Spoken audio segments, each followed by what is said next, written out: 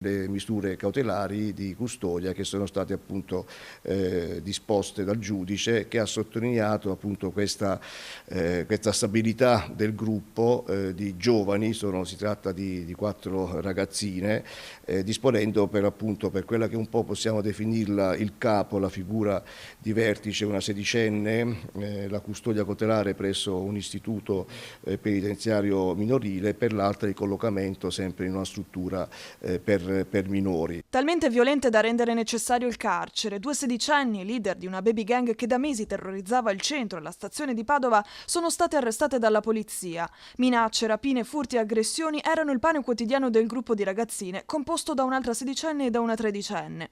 Una forte personalità antisociale ed incapaci di osservare le regole. Queste le motivazioni che avrebbero portato all'arresto delle 2. Un gruppo strutturato tutto al femminile, dove avevano anche un'area ben praticamente consolidata, dove ponevano in essere queste violente condotte, che è quella praticamente della stazione ferroviaria e delle aree limitrofe.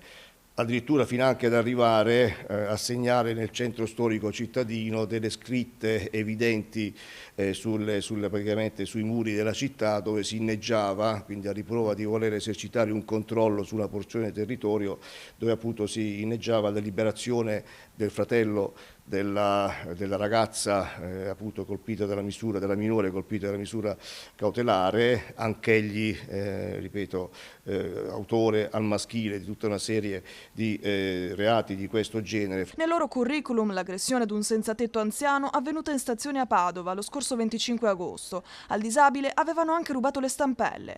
Poi a settembre se l'erano presa con una barista cinese, strappandole i capelli e colpendola con calci e pugni perché l'aveva invitata a non utilizzare le slot machine. Dopo essere state rintracciate, una delle minorenni è stata condotta all'istituto penitenziario minorile di Pontremoli, mentre la coetanea è stata collocata in comunità, in una struttura calabrese.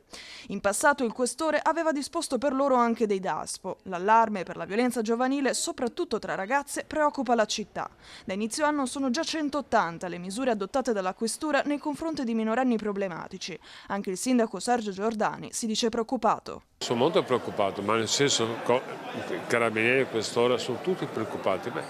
Perché non si capisce, no, per carità, sarà stato il Covid, sarà i social, ma di base manca le famiglie. La famiglia deve dare rispetto, insegnare rispetto, l'educazione. Ma quando mai, 40 anni fa, 30 anni fa, uno andava via col coltello? Quando mai si permetteva di fare violenza contro un disabile? Veramente incredibile. Bisogna ritrovare